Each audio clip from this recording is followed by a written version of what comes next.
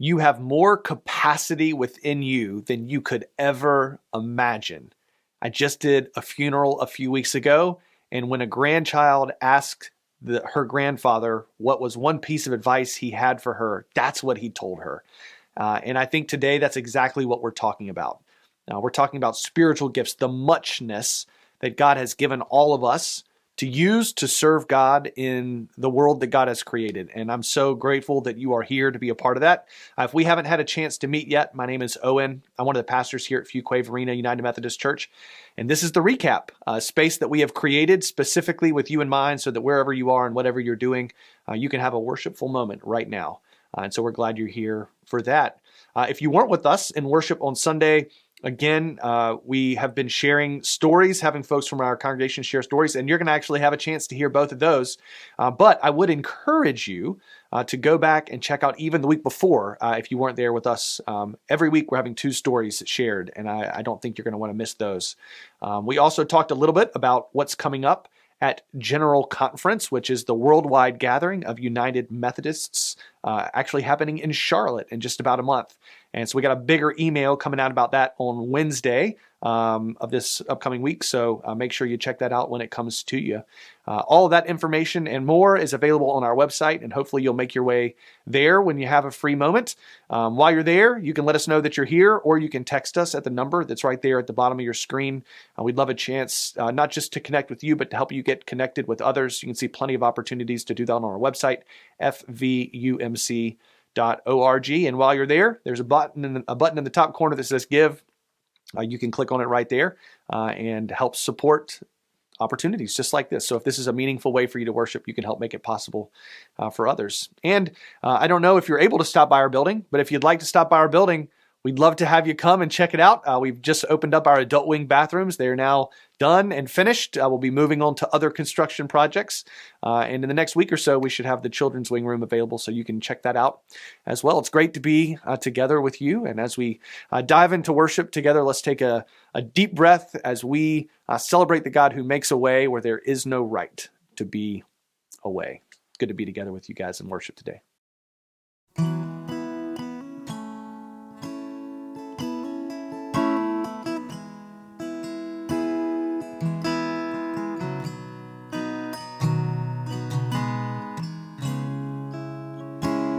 You are here, moving in our midst. I worship you, I worship you. You are here, working in this place. I worship you, I worship you.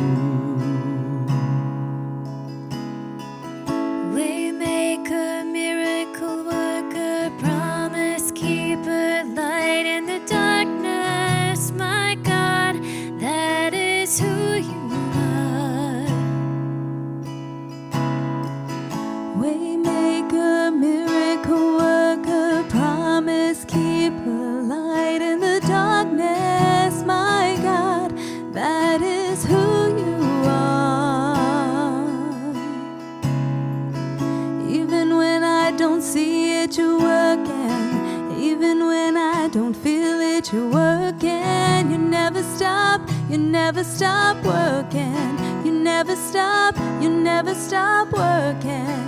Even when I don't see it, you're working. Even when I don't feel it, you're working. You never stop working. You never stop working.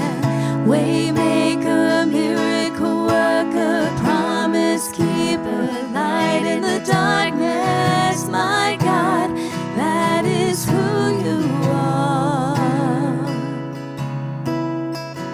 Waymaker, miracle worker, promise keeper, light in the darkness, my God, that is who you are. Waymaker, miracle worker, promise keeper, light in the darkness,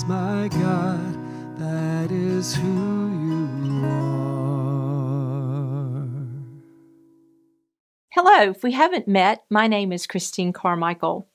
2 weeks ago, Pastor Hope shared with us a vision in this season of Lent of what it means to love God with our whole selves.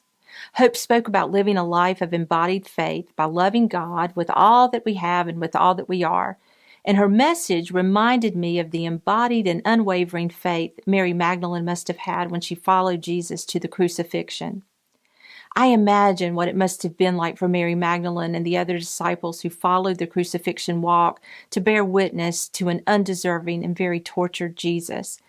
Mary Magdalene would have had to have been traumatized to witness the death of the very person who had given her so much and healed her mental and physical illnesses, and the relationship she had with Jesus would have had to have changed her life forever.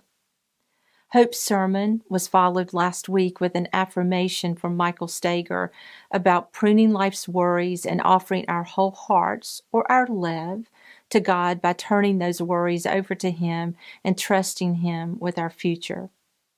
Michael then spoke about the effects of worry and anxiety and the trauma that they cause the body. And just as Mary Magdalene had trusted Jesus with her healing, Michael, too, shared his own journey of how he drew from his faith to help with his healing. If you were listening closely, though, you also heard Michael speak about deliberate actions like exercise, weight loss, and healthy eating that he personally chose to take on in order to be an active participant in his own journey. Now, building on Michael's message of relying on faith and trust in God to prune worry, you too may be searching for some ways in your own personal journey to take leaps of faith and to embody God more fully. What this means, though, is that, just like Michael, you're going to need to turn that faith into action and have a personal relationship with God that is mutually supportive, caring, and loving. It is around this mutual exchange that I bring us back to the foundation of this sermon series, the Hebrew prayer we read in Deuteronomy called the Shema. As a reminder, the prayer, when translated into English, goes something like this. Hear, O Israel, the Lord is our God, the Lord is one, and as for you, you shall love the Lord your God with all your heart, all your soul, and with all your mayod. You're probably thinking, wait, what, Christine? That's not how the Shema ends. The conclusion actually reads, love the Lord your God with all your strength. Remember, this is a prayer we've translated from Hebrew into English. And when we dive into the word mayod just a bit, we find mayod referenced over 300 times in the Bible. And it's a Hebrew word that, when loosely translated into English, is actually our adverb very or much. We see mayod referenced in places in Genesis when we read, God saw all that He had made, and it was mayod good. And then later in Genesis, in the story of Noah, when we read about the floodwaters and how they kept rising, the storm was mayod powerful. In fact, the only time the word mayod means strength in the Bible is in the Shema itself. But as we dive into its meaning in the context of what the Shema is asking from us, we see that mayod is very specifically chosen in that particular spot to express that we are to love God with all our muchness, or with bold action when we love the Lord our God with all our strength. When I speak of muchness or mayod love, I'm talking about actionable love. I'm talking about the kind of unwavering and actionable love Mary Magdalene had for Jesus. I'm talking about the kind of love that is a relationship sort of love, a love that is two-way, a love that is reciprocal. You may never have enough time or resources, and we may even be asked from time to time to step outside our comfort zone. But all of us have some sort of God-given muchness gifts to offer. The secret is to figure out what we're uniquely being called to do based on our capacity, maybe at certain times in our lives, our talents, our preferences, and even our experiences. In short, though, God is extending an invitation to us to ask ourselves what our mayod or our muchness or our spiritual gifts actually are, and then through prayer and discernment, figure out the best way to apply mayod to serving God's people and His church. And that's where my conversation with you begins today as I share my personal muchness story and journey. Now, I realize that talking to you today about taking steps in your leaps of faith means that I first must prove to you that you can take a leap of faith in me and trust that I am both honest and transparent with you. So as I share with you some of my personal stories and some stories about a few of our good friends here at church, I just want to cover at the top that you have my and God's full permission to acknowledge that at certain times, skills may be outside of your spiritual gift wheelhouse, and you are allowed to say no to an ask. I'm going to give you an example of something I guarantee 99% of you would say no to, but I was foolish enough to not only answer affirmatively, but to actually plant the seed. You see, there are a couple of acts of service I do here at FVUMC during our 11:15 worship hour. About every 6 or 7 weeks or so, Carol and Jennifer put me on the calendar to be the scripture lay reader and the communion server for the week. Now, normally, I don't do these two tasks in the same week, and so a few weeks ago, when Carol reached out to say that she'd added me to the lay reader schedule that Sunday, I didn't flinch. I did notice that the reading that week was particularly long and had lots of words that were hard to pronounce, but that seems to be the norm for me. Carol does it to me all the time. Let me also point out, for reasons that remain totally confusing to me, I get assigned scripture that pertains to topics like, uncomfortable stuff like circumcision that would make most of us squirm. Along about Wednesday of that week, though, Jennifer comes behind Carol and she shot me an email explaining that a couple who were on deck to serve communion were recovering from COVID and were estimating that on Sunday they'd still be contagious.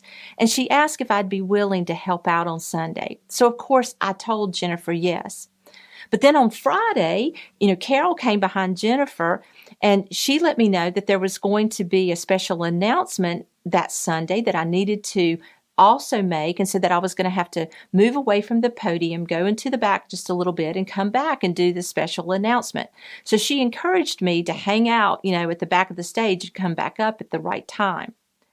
Well, Sunday came along, and knowing I'd have a lot of back and forth walking to do, I planted myself near the front of the centrum right behind Owen and Hope, when suddenly Owen turns around and says to me, "Hey, I see you're all over the lineup this morning, and I just want to say thank you.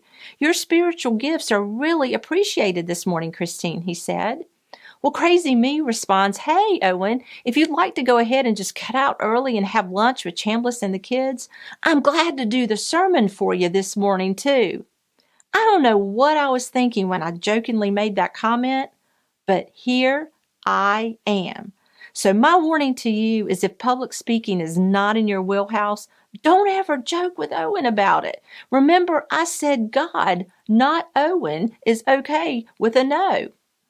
On a more serious note, though, I do want to spend a few minutes sharing some key timelines and service points along my personal spiritual gifts journey. And my reason for doing so is to show you that whatever point you are in your personal journey, you're really perfectly normal. We joined the church in 2008 during a time when I was changing career paths and leaving a company and friends I'd been with for over 16 years. And back home, we were raising 3 young children who were 14, 11, and 8 at the time.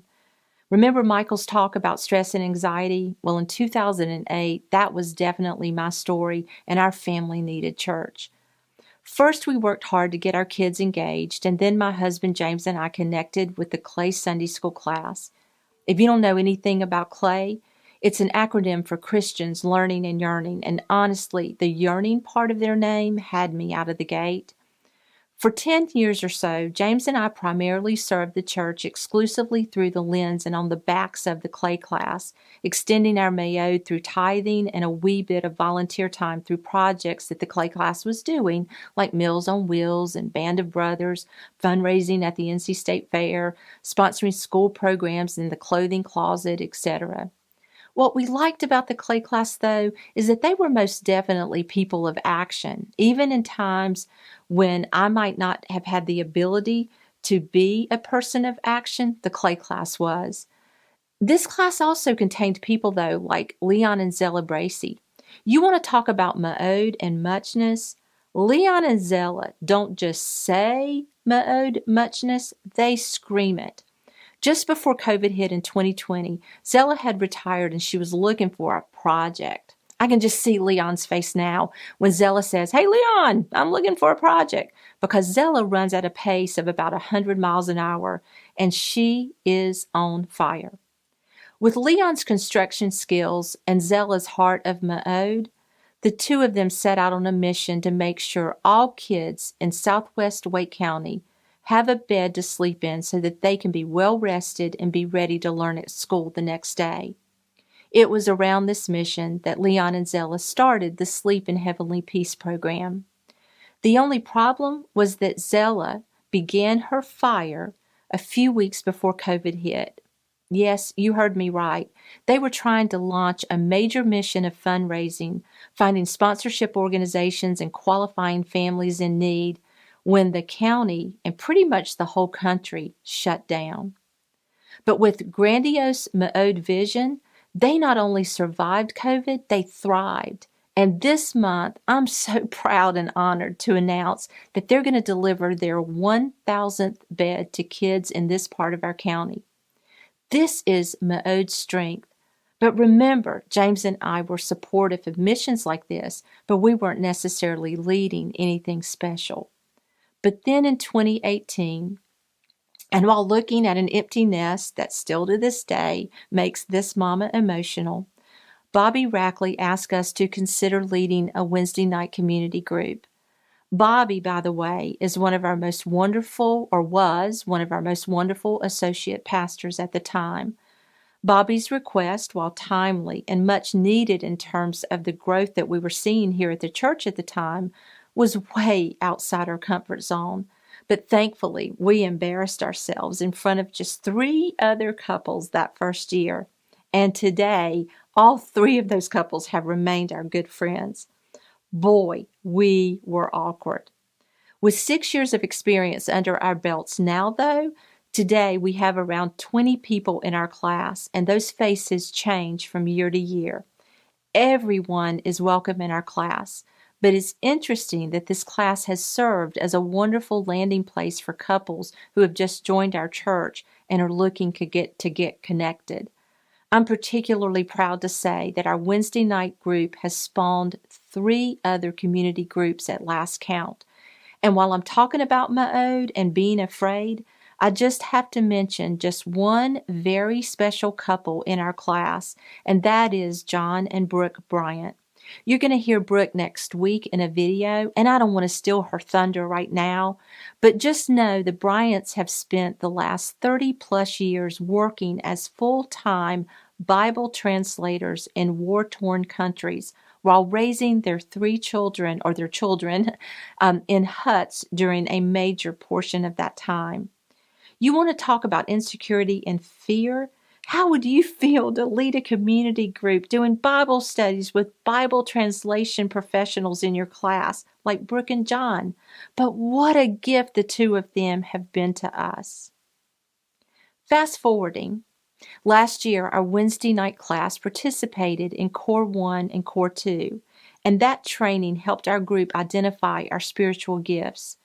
With our spiritual gifts highlighted, I'm pretty sure every single person in our class is serving now with at least one of our missions and leadership teams. By the way, and not surprisingly, my personal gifts are faith, prophecy, wisdom, and servicehood. In 2019, though, Owen invited me to join the SPRC, And this was the first time I had ever served on a major team or committee at FVUMC. SPRC is an acronym for Staff Parish Relations Committee, and you can think of us as a human resources arm of the church, and the SPRC proved to be an excellent fit for my skill set. At the time, I was working as a marketing executive at one of the world's largest workforce management and human capital management firms. My human resources knowledge came in really handy on that committee. While serving on the SPRC, I connected with Pastor Hope too, and a few months ahead of COVID, Hope reached out to me about serving on the venue team. Now, at the time, the venue team was very early in its vision, and our mission was somewhat squishy, to be honest with you. But one of the things we were charged with was figuring out ways to attract new families and getting them engaged in the church through online services and social activities. Just as the SPRC was unknowingly a good fit at the time that I'd been extended the invitation, the venue team proved to be a Ma'od alignment with my skill set too. Remember, I had been a marketing executive, so I knew all about what connects and retains people in organizations. I'm not going to go too long into the story, but as you can imagine, with COVID hitting just as the venue team was getting into a groove, my leadership and management training was an asset to coaching Hope and the venue team on how to pivot quickly when unforeseen factors like COVID cause you to change your course. In the midst of serving on the venue team, I rolled off my 3-year assignment with the SPRC. And 2 years ago, Brandon Schreiner reached out to me about serving on church council. Church council is involved in the mission and ministries here at the church, in case you don't know. Last year, Owen floated the idea of me leading church council, and this is where I go back and tell you that it's safe to say no. I told Owen my passion was in supporting the new programs that Hope was trying to launch, and I was worried that I'd be stretched too thin. I'm so glad I told Owen no, and I know that our God worked his way, because I'm so happy to say that the leadership position now sits with the most wonderful Carol Gibson. To me, Carol is another Ma'od story, because you see, Carol actually had more reason to tell Owen no than I did. Carol's husband Jerry was nearing the end of his life, and he needed Carol by his side. The talents, though, that we only suspected Carol had, Jerry absolutely knew she had, and with prompting from Jerry, their family, and many of Carol's other friends here at church, she thankfully said yes to being the leader for church council. Carol told us out of the gate that she didn't necessarily have the technology skills and some of the other skills that might be needed to do the job, but that's when the equally wonderful Ricky Tharrington promised Carol that he would supplement whatever areas weren't necessarily her strengths. Today, I'm certain that Jerry is looking on the other side of heaven, rooting for Carol. I know I am. And finally, in the last year, and now that we are on the other side of COVID, the venue team has expanded, and Hope asked all of us to consider branching into the pieces of the venue team where we felt most excelling. For me, it was the social portion of the team, the piece where we host cookouts and things like ice cream socials, chili and game nights, taco and game nights, etc. So when you hear Owen and Hope announcing these events and offering ways for our existing members and new visitors to get connected, I'm one of the people leading a wonderful group of men and women who put those events together, and we have a lot of fun. Our new group, by the way, is called the Back Porch Team. But my story doesn't end there. You see, there's another half to the Carmichael team here at church, and that's my husband, James. They say opposites attract, and oh boy, is that our story. James has his own unique skills and talents, though, and he's definitely the more introverted and highly intelligent side of our equation. As James ran with me serving in many of the capacities I just mentioned, it took Owen, Hope, Shelby, and Gabby a red-hot minute to spot James's Ma'od too. Today, James serves on a large number of teams, but hands down, James's favorite thing to do, and quite possibly his favorite thing to do in the whole world outside of NC State sports is to serve as an usher during the 11:15 service. James truly loves his usher friends, and I share James's story here just to show you that living out your spiritual gifts is contagious. So what does it mean to love the Lord with our mayod or muchness? The Shema prayer commands us to love God with the things that make us strong. We are to love Him with our accomplishments, but we are also commanded to love God with our God-given gifts, meaning our unique talents and spiritual gifts. We need to look no further than the Savior's words during these 40 days of Lent to provide a wonderful roadmap for us as we contemplate the assurance He gives us through His resurrection. He gave at least 3 highly significant messages to His disciples that He wants all of us to follow too. First, He showed us that in His resurrection that it was real and that we are all inheritors of His gifts. Second, He showed us that His atonement was finalized, but that there would be requirements like the giving of our spiritual gifts for us to fully participate in its blessings.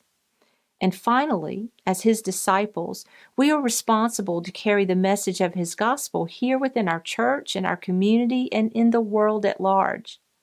So my challenge to you is to assess your talents and to put your muchness or ma'od into action and to love God with them. When you do, quite often things flow naturally and easily, and you will actually enjoy the work and the friends you'll make along the way.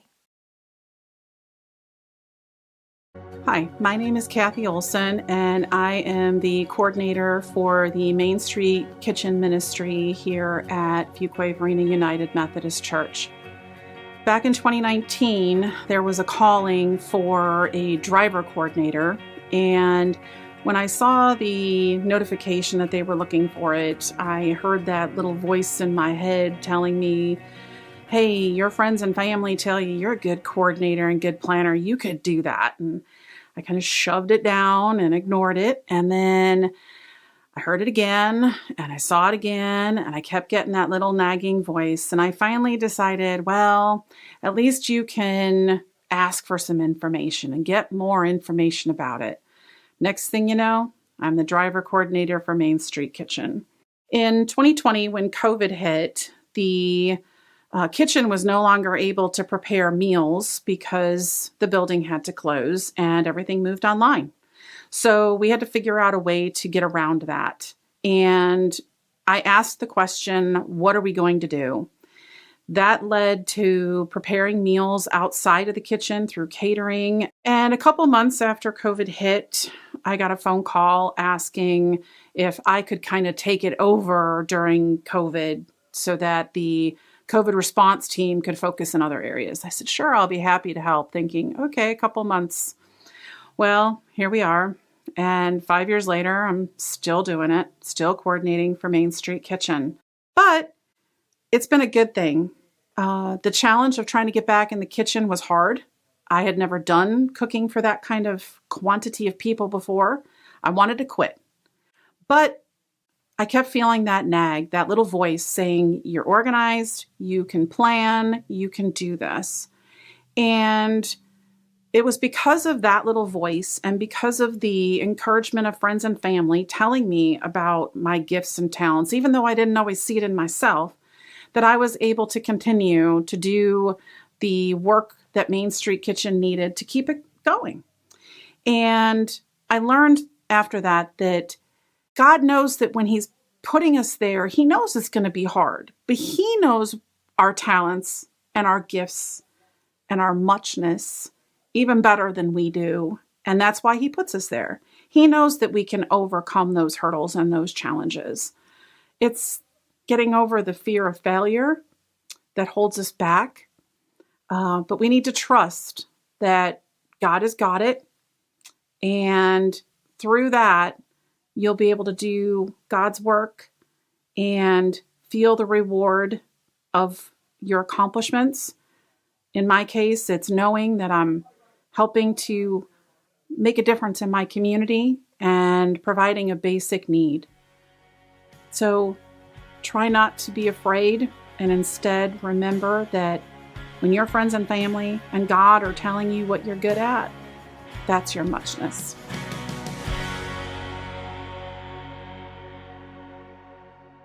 Well, so grateful to Christine and Kathy for sharing. In addition to Kathy, we also recorded Betty and John, who are sharing a little bit of a similar story. And you can find all of their information, all their stories, on the Facebook page where we're inviting folks to share stories with each other. There's a QR code in the back of your Lenten guide that's kind of helping us all journey through these questions that we ask in the devotion guide that help ask and answer some of the same questions that you've heard these two answer today. So if you don't have a copy of that, we'd love for you to pick up a version of that. There's a PDF version in the link below, so you can check that out. And we'd love for you to share your stories while you're there checking out John and Betty's story. And now, as we bring our worship to a close together, we invite you to pray or to sing as loud as you want wherever you are as we continue in worship.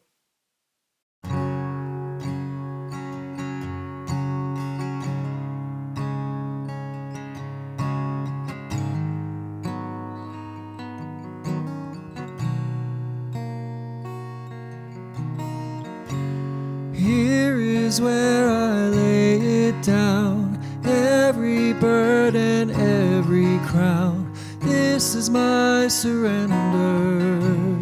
This is my surrender. Here is where I lay it down, every lie and every doubt. This is my surrender. And I will make room for you to do whatever you want to do whatever you want to. I will make room for you to do whatever you want to do whatever you want to. Shake up the ground of all my tradition, break down the walls of all my religion. Your way is better. Your way is better. Shake up the ground of all my tradition, break down the walls of all my religion. Your way is better. Your way is better. And I will make room for you to do whatever you want to do whatever you want to. And I will make room for you to do whatever you want to do whatever you want to. Here is where I lay it down. You are all I'm chasing now. This is my surrender. This is my surrender. Well, friends, there is more capacity in you than you have the ability to imagine. I just hear those words again and again, and today you have heard everyone talk about what it looks like to serve out of our muchness. So what is your muchness, and how can you offer it to your neighbor, to those who are around you, either here at the church or out and about in the places that you live, work, and play? And so as you head out into those places, or maybe you're already there, may you go and offer to the world the muchness that God has given to you. In the name of the Father, the Son, and the Holy Spirit. Amen. We'll see you guys next week.